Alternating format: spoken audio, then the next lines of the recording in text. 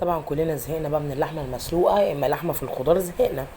فقررت النهارده ان انا اعمل لحمه صوص او لحمه بالبصل، لان انا بالنسبه لي بتبقى سهله عشان شغلي، برجع من شغلي تعبانه جدا لاني مدرسه.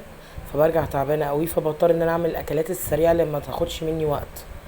فجبت البصل قطعته قطع كبيره، يعني على قد زي ما انتوا عايزين، المقاس اللي انتوا عايزينه. وحطيت السمنه والزيت وابدا ان انا اقلب في البصل. لما الاقي البصل بيبدا ابدا اضيف اللحمه واقعد اقلب في اللحمه والبصل مع بعض. لما الاقي اللحمه كده خدت صدمه زي ما انتوا شايفين، وابدا احط التوابل بتاعتي.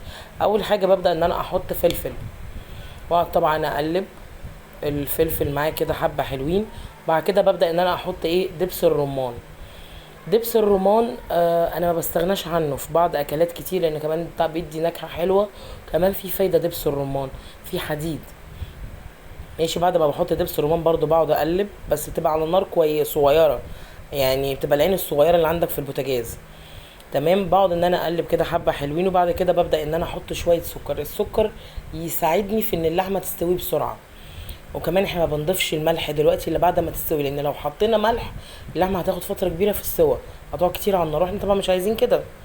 طبعا كل ده انا بعمله واكون غاليه ميه على النار.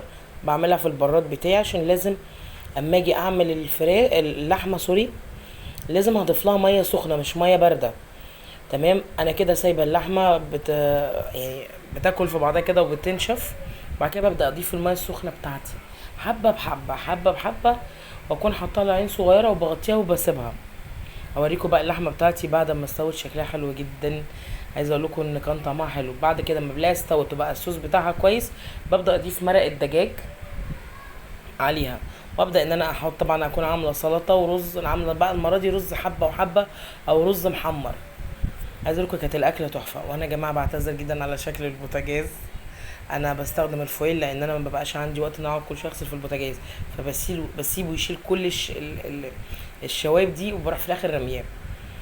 فلان بيت والدتي قديم كمان. رب الاكل يكون عجبكم بالف هنا، ويا رب بقى نشترك.